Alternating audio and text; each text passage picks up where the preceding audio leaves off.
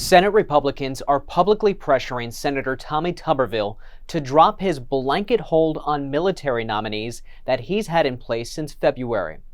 Tuberville is protesting a Pentagon policy that provides travel expense reimbursement and paid time off for military service members who get an abortion. Republicans are proposing alternatives to Tuberville, like filing a lawsuit or limiting his hold to the Pentagon's policy chief.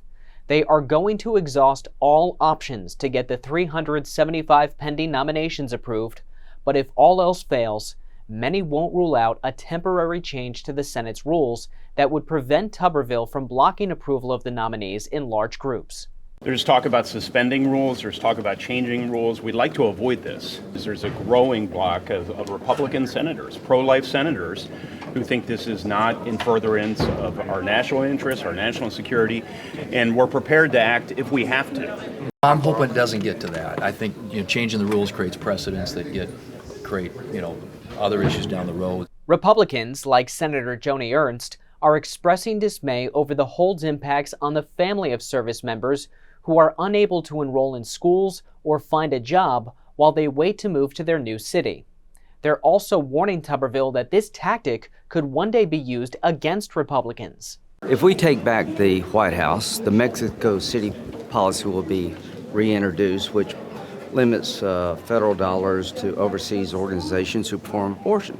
Some of the more liberal people won't like that. If they tried to hold the military nominees, say under President Trump, to get him to change policy, he would never give in.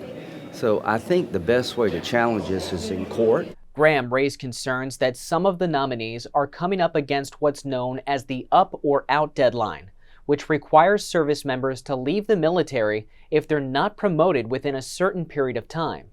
Tuberville said he respectfully disagrees with his colleagues who contend his hold is negatively impacting military readiness. The fact is, no jobs are going unfilled.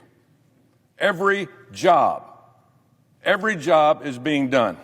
Every job is being done because nominees have to fulfill the duties of both their current job and the job they're nominated for in an acting capacity. That's taking its toll.